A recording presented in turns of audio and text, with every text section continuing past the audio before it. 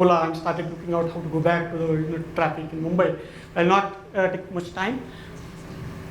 I'm going to talk different topics since I'm looking at all the presentations in the morning, right? So we talked about customer service, B2C market, but I'm talking about the B2B market, the IT consulting and product IT software product perspective, and we are talking about the product which we have in the government market. So this is kind of not talking about the customers, but we are talking about citizens, what we are serving with as well. Okay?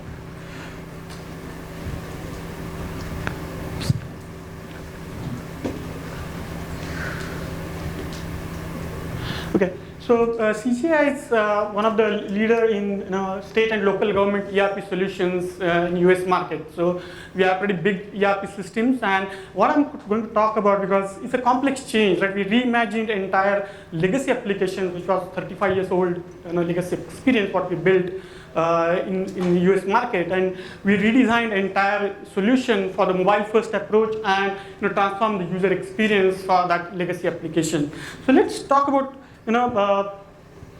what is the legacy experience? So we know what is the legacy application is about, right? So basically it's the old technology, but we are still serving the business problems day to day. So, but what is the legacy experience? So legacy experience is about mismatch of user experience and what users really need in day-to-day market, and what their goals are, and how we are really able to complete it based on today's business goal.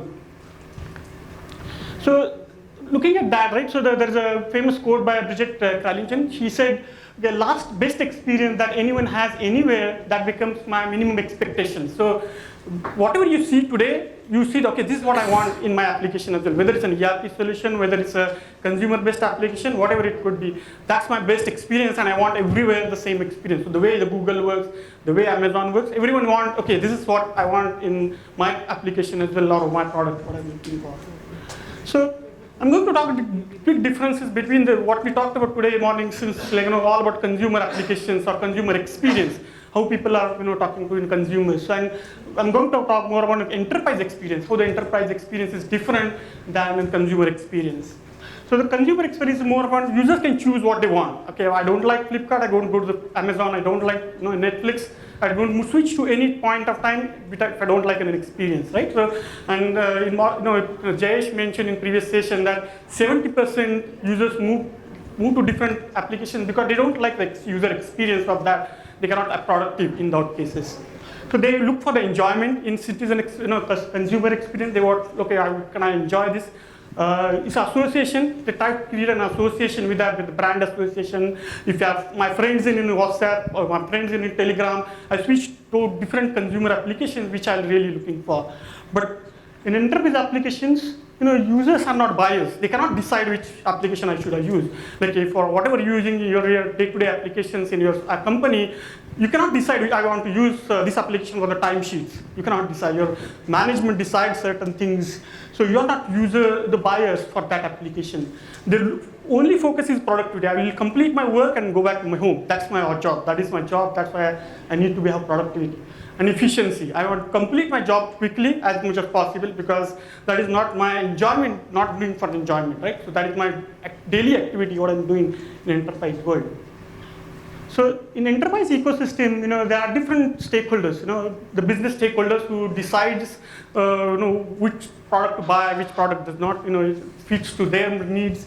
The employees within your organization, then citizens. If it is a government application, it's the citizens. I'm saying citizens or customers could be, because you might be serving like bank and can serve to the customers, but government serving to the citizens as well. So the vendors, the contractors, or partners, everyone deals with this enterprise, maybe in government or even in big organizations. So what are the importance, right? So there are citizens, there are employees, and then vendors, right? So these are the key stakeholders for any enterprise solution, because I'm dealing with the citizens or customers, I'm dealing with the employees within organization. If you give right employee experience, they can give the right experience to your citizens or your customers, because that's an important aspect. So if you look at that, we have to focus on customer experience.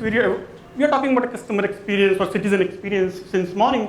We have to talk about even employee experience. If you give the right employee experience, you can give the right citizen experience or customer experience and the user experience for your ecosystem. So if you have vendors, you have partners, you have different areas, so you can focus on those different experience points.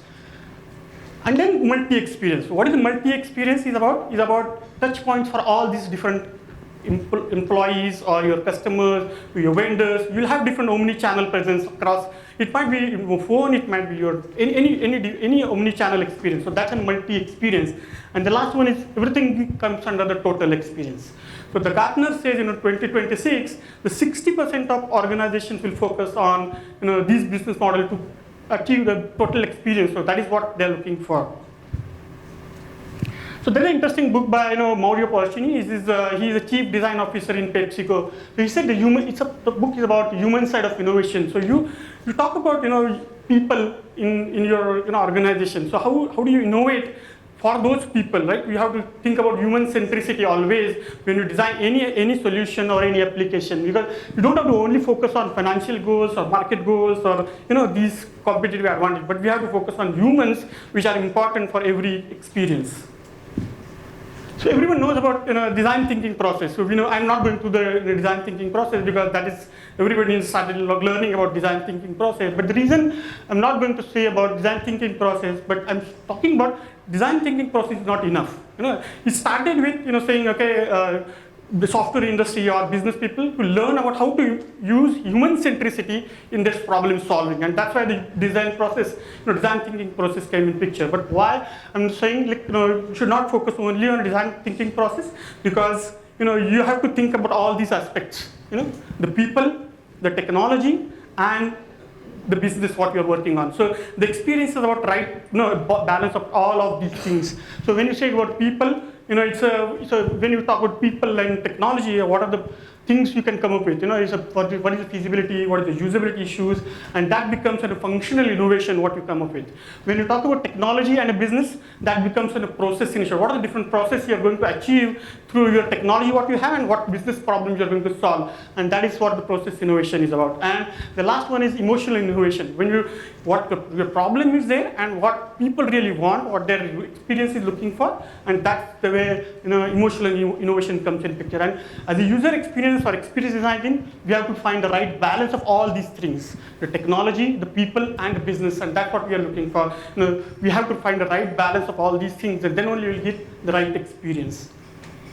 So for that, we need to really understand what is the users, right? You need to understand who are my users, what they really want, gather the data from different sources. You might have different user groups, different geographies. How do you find out what is the right method to achieve and get the data from the users? It might be you might be conducting ethnographic research, contextual inquiry, or personal interviews, or maybe survey, focus group. There might be multiple ways you can achieve this and get the right insights from your users and get that information.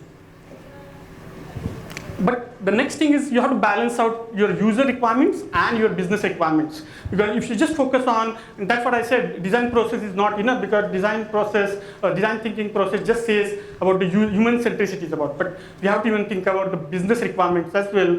What you have to balance out what is their really focus on, what users are really needed, what business is really needed. And then you have to conduct extensive user research along with the market research. You cannot just rely on the market research, or user research is basically you have to go to the end users and find out what they're really looking for and create user-centered scenarios or business customer journey maps, user journey maps to really understand what is your problem solving.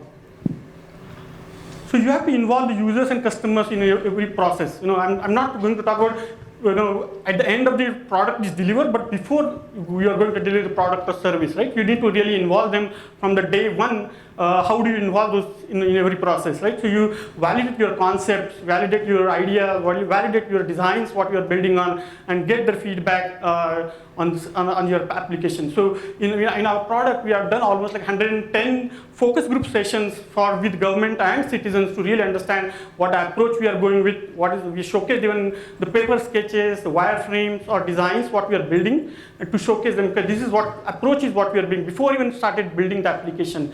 That that's what we are looking for, and identify the problems when we showcase them in the paper prototypes or any sketches or anything, whatever could be rough sketch as well. So you get ideation of what they're really looking for. Are we really matching their expectations there? And then find out the pain points. And that will help you to discover any opportunity. If you have anything missed out, any features or functionalities within your application, you can identify those through this process. Once you deliver the product, right, so you still have to continuous improvement that. So you have to follow the lean UX process. What is the lean UX process? Is nothing but, come up with a business value or the feature what you're going to deliver to your client or customer. Identify that first. Work together as a collaboratively with your technical architects, functional architects, leaders, product owners, product managers, marketing team, the quality team. So you might have different stakeholders within your organization. Work together in one team and collaboratively come up with a design and then build a minimum marketable feature which can go to the market. Build that MMF, which we call a minimum marketable feature, and then evaluate that with your customers. So you build that, go to the client and customers and see, okay, this is what really going to help you or not, what we are building. So you can refine that based on your feedback. In CGI, what we have done, we have had an even user community group where we have elected and selected user groups or customer groups which will help give you right early feedback, because the ERP solution, it's really hard to find right users, right customers in every phase. So we have a focused community group. They help us building every phase of the cycle, give the feedback and give the concept what we are really working on. Is it right way to go ahead with or not? And it's help to build partnership with your trusted relationship with those customers and users what we are building for. And then we usually conduct every year the user conference, because getting everyone on page, because we are working on state of local governments across the US market and building the products for them is always challenging. So we bring them everyone in one conference to understand, okay, where are we going, what is our roadmap, what is upcoming in the market in our application, and really understand their what is interest they are looking for, what the pain points what they have, and then empower and educate them what are building as well, what give them insights what we are working on.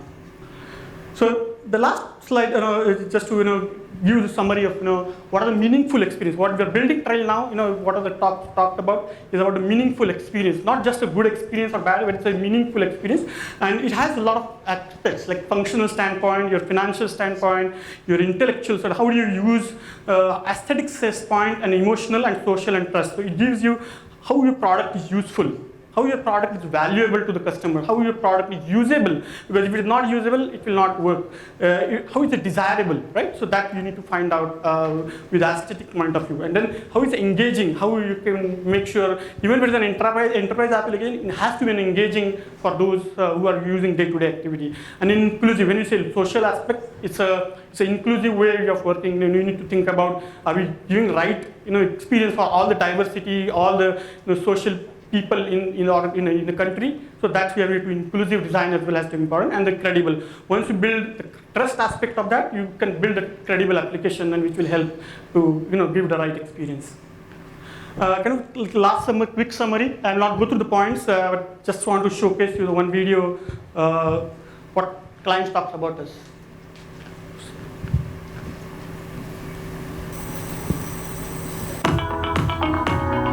One of the things that we're just going to have to do as a government is to be able to perform more work with the same or fewer number of people. Innovation is paramount if we're going to be able to provide services to our taxpayers in an efficient way. CGI is interested in having to achieve that same outcome. In following industry trends and knowing exactly where government is going, they've kept up with all of that, and we're using it to meet our needs. We can sit at the table and say, here's the challenge we're having, and that's taken to heart and mind to solution, and get creative where creativity is needed, innovative where innovation is needed, or just tactical where it's simply, I need to execute a series of activities and I need help. They listen to the customer. They're looking out into the future, say what's coming, and let's get that for our users. I think they're innovative because they're not trying to just sell a set of product. stand up the software and then walk away. They are interested in continuous improvement and innovation alongside their clients. Why should I consider them? That partnership, trusted relationship, the desire to continuously evolve the product and stay current with what we're dealing with. If you're willing to change processes and you're willing to partner with CGI, invest in your people, adopt Scale Agile, you can do great things. And CGI is a perfect partner for that.